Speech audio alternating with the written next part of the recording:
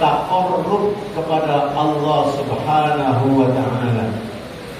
Apa taqarrub itu? Pernah dengar kerabat? Apa artinya kerabat? Saudara. Iya.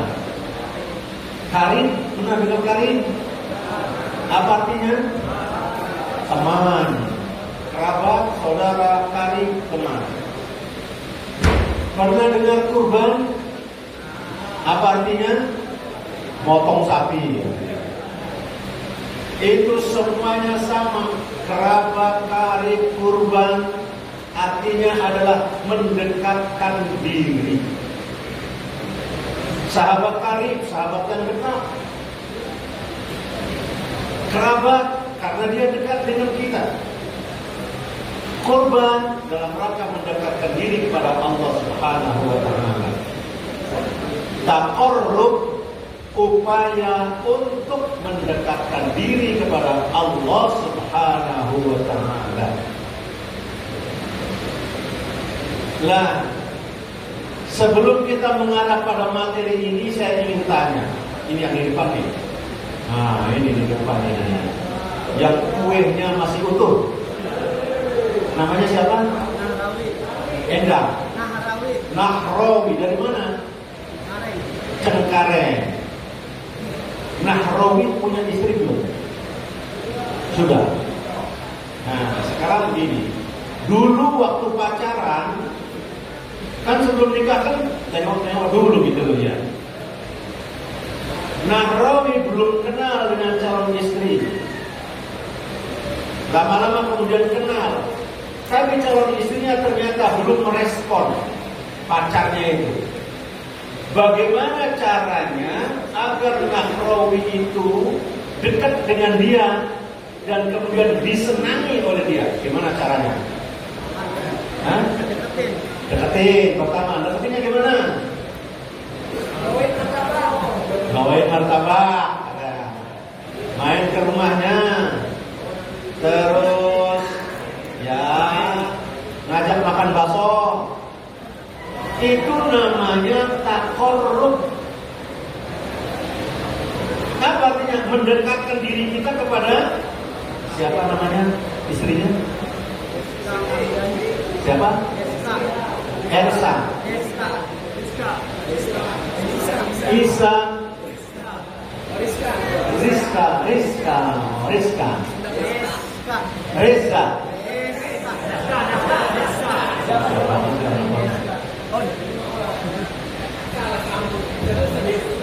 Deska. Iya, betul, Deska. Oh, Masya Allah. Harus ada teman yang ngantar ini. Deska. Itu bagaimana cara dia supaya taqarrub dekat dengan Deska. Caranya apa? Melakukan sesuatu yang disukai oleh Deska. Kalau Deska nggak suka, apa?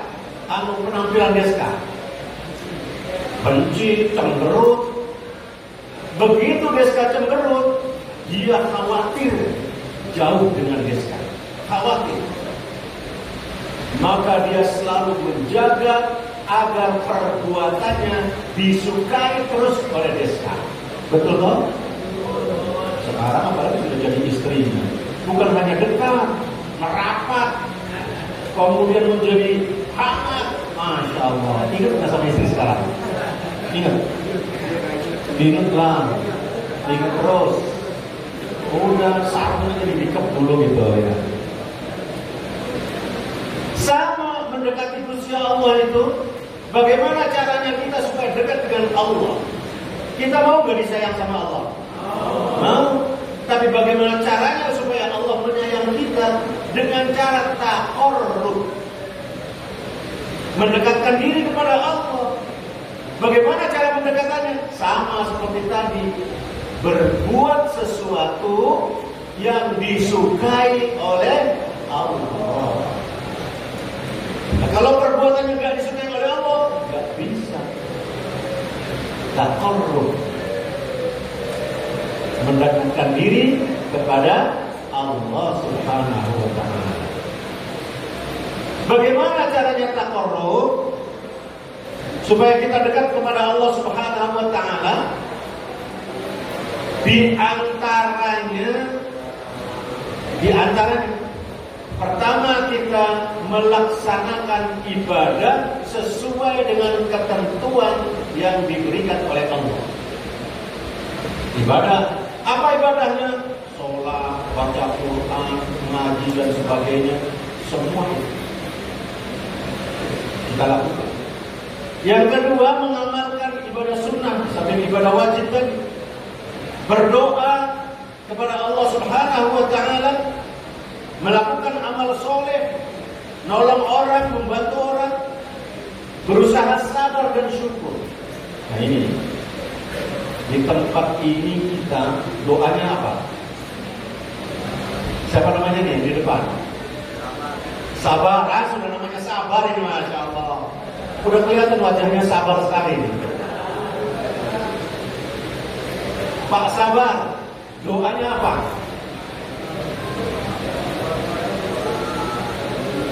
Doanya di sini apa yang selalu dipanjatkan setelah selesai sesuatu, apa yang diminta?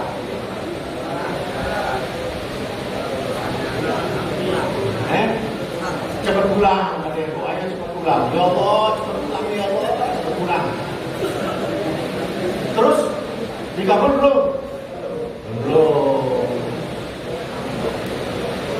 Jangan salah berdoa. Orang di tengah-tengah malam, gelap gulita, jam 00, gelap gulita jam 00, ada yang berdoa, ya Allah cepet pagi, ya Allah cepet pagi. Dikabul gak doanya? Gak dikabul, karena tidak sesuai. Doa di sini apa doanya? Ya Allah, berikanlah kami kekuatan, kesehatan dan kesabaran. Itu yang paling penting doanya. So kalau doa kita cepat pulang, ya ada ketentuannya, nggak pulang-pulang nanti. Sengsara kita dalam hati kita, aku kok nggak dikabul-kabul.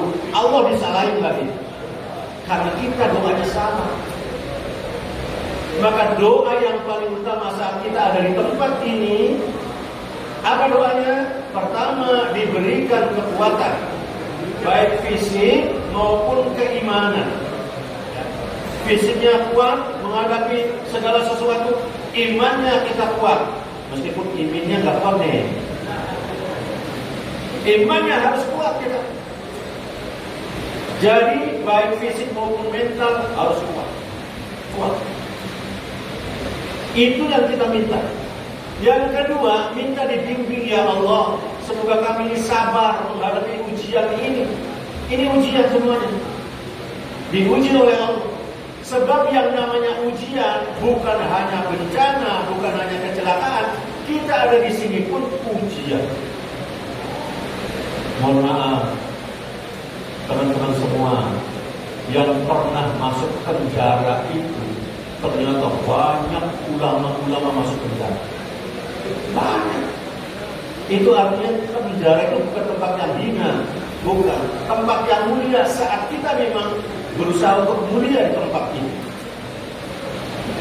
Dan memang manusia adalah makhluk yang paling mulia. Sempurna diciptakannya, mulia posisinya. Ada yang hafal surat Wat-Tin. Ini siapa namanya? Edi Jaya Edi Jayadi. Pak Jayadi, coba Wat-Tin.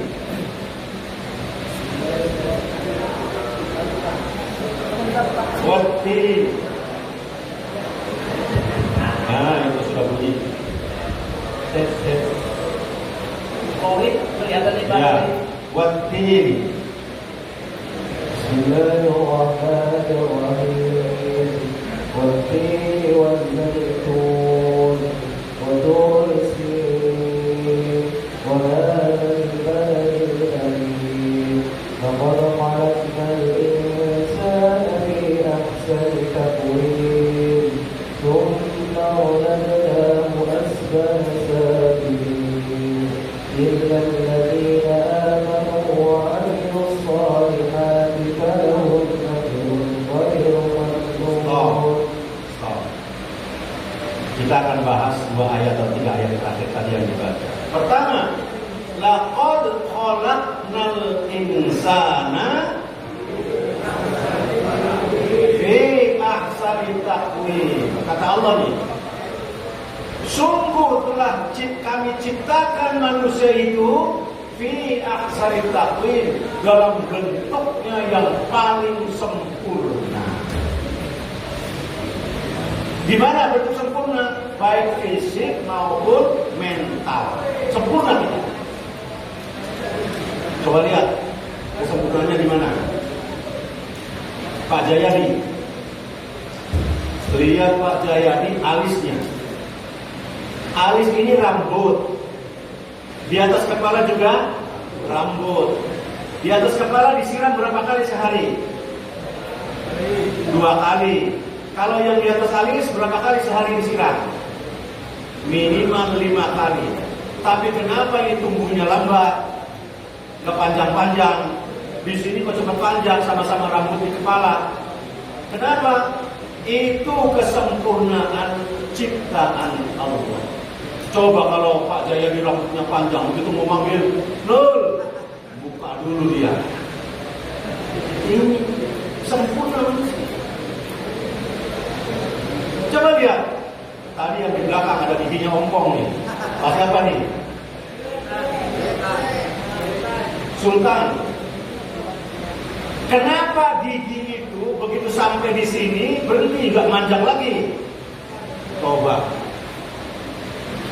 Kalau gigi itu nggak berhenti tumbuhnya, kita seperti apa giginya manjang ke sini keluar? Susah makan, susah. Tapi itulah sempurnanya manusia. Tumbuhnya gigi dibatasi. Karena Allah sempurna, tapi ini summa radadnahu, kata Allah, kami kembalikan dia asfala safilin. Jalan yang hitam itu namanya apa? Aspal. Tempatnya di mana? Bawah. Nah, kata Allah, kemudian kami kembalikan manusia itu di tempat yang paling bawah dan hina. Kenapa? Karena perbuatannya sendiri. Karena perbuatannya. Maka kata Allah, illal ladzina amanu, terus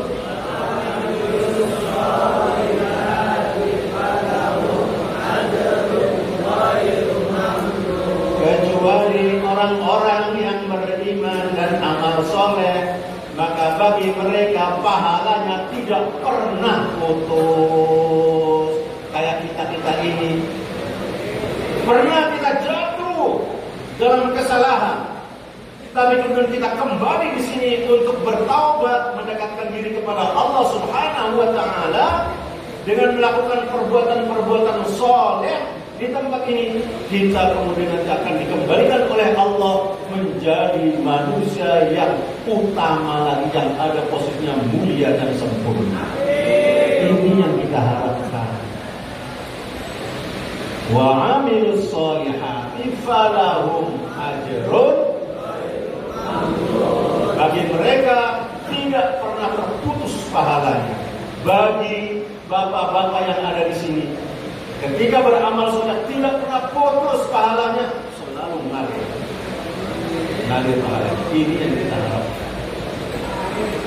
Maka taqarrub kepada Allah, di antaranya di samping ada perbuatan-perbuatan amal, juga ada qauliyah, ucapan. Dengan apa ucapannya? Beristighfar. Ayo kita sama-sama istighfar. Astagfirullah.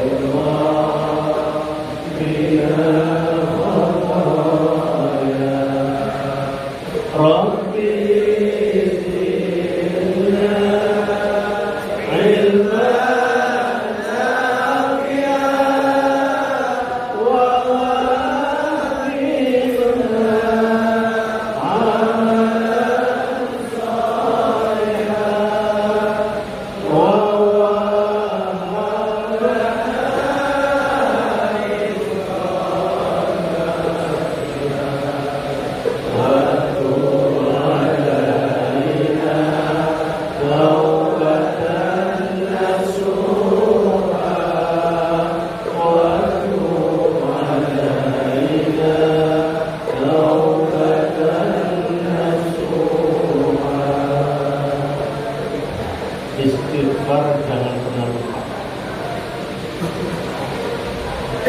Istighfar itu amalan yang tidak hanya menghapus dosa,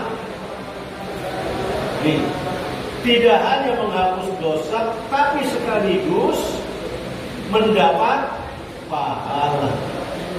Satu kali kita berbuat dapat 2 keuntungan. Itu istighfar.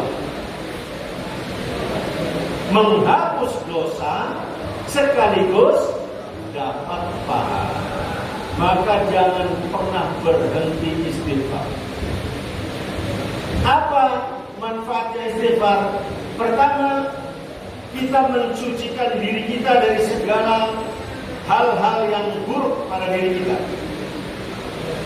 Hati kita masih belum baik, maka dengan istighfar akan disempurnakan menjadi baik. Pikiran kita yang belum baik akan diarahkan menjadi baik.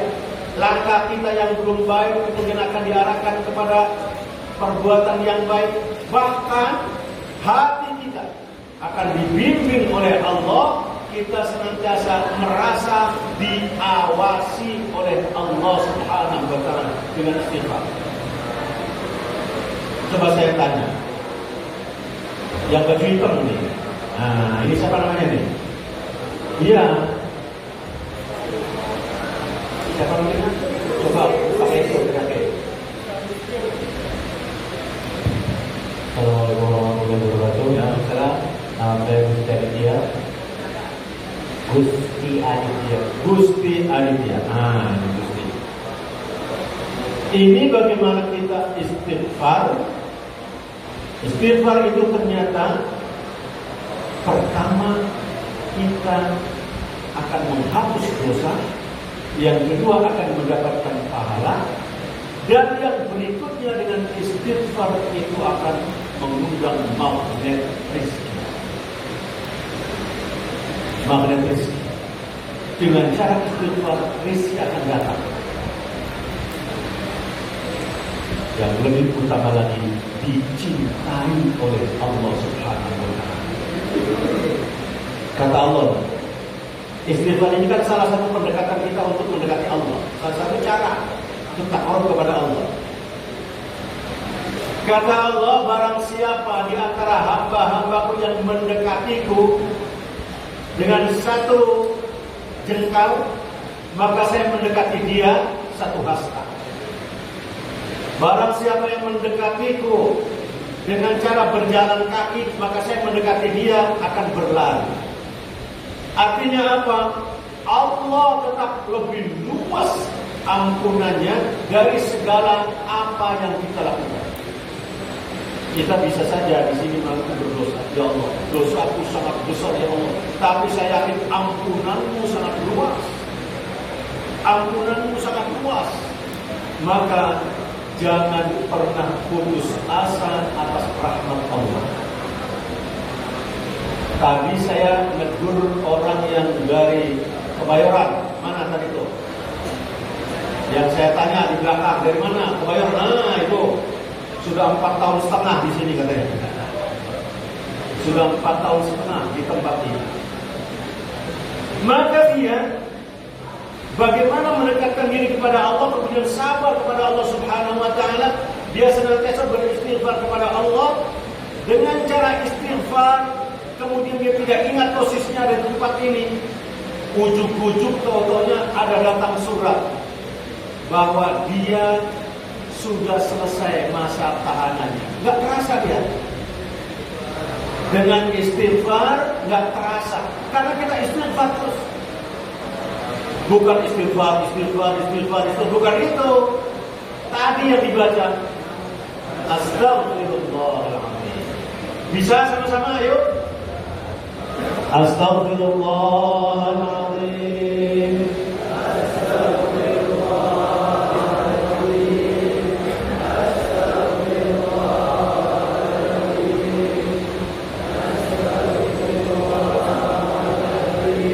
Ya, itu istighfar yang paling pendek, minimal 1 hari 1 malam 100 kali. Coba.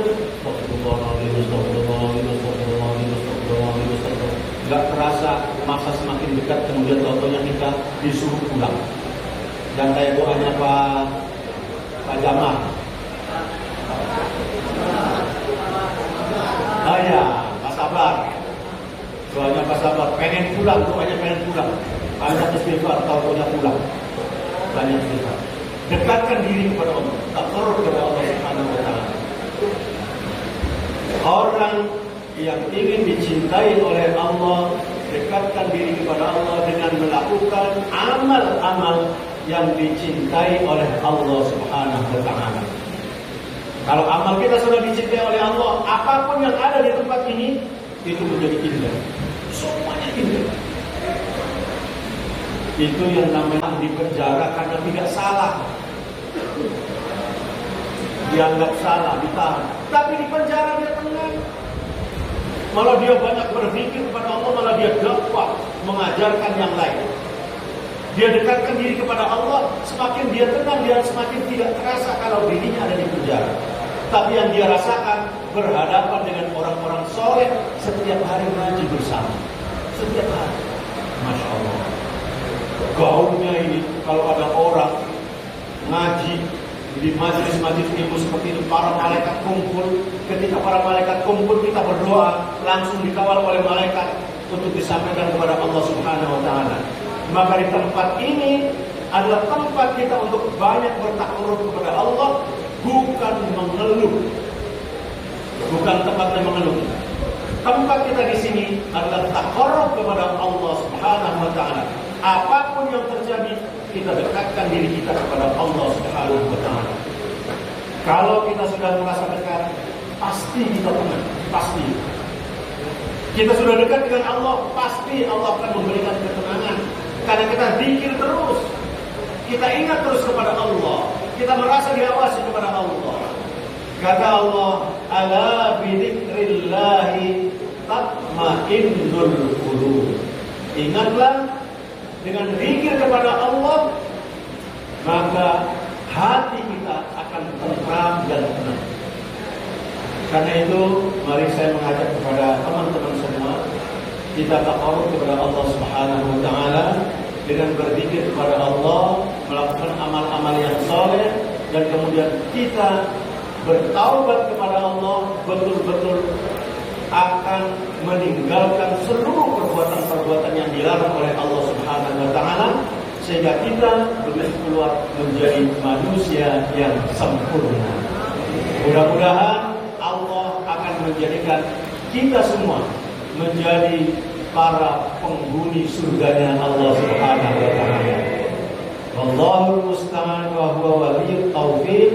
Wassalamualaikum warahmatullahi wabarakatuh.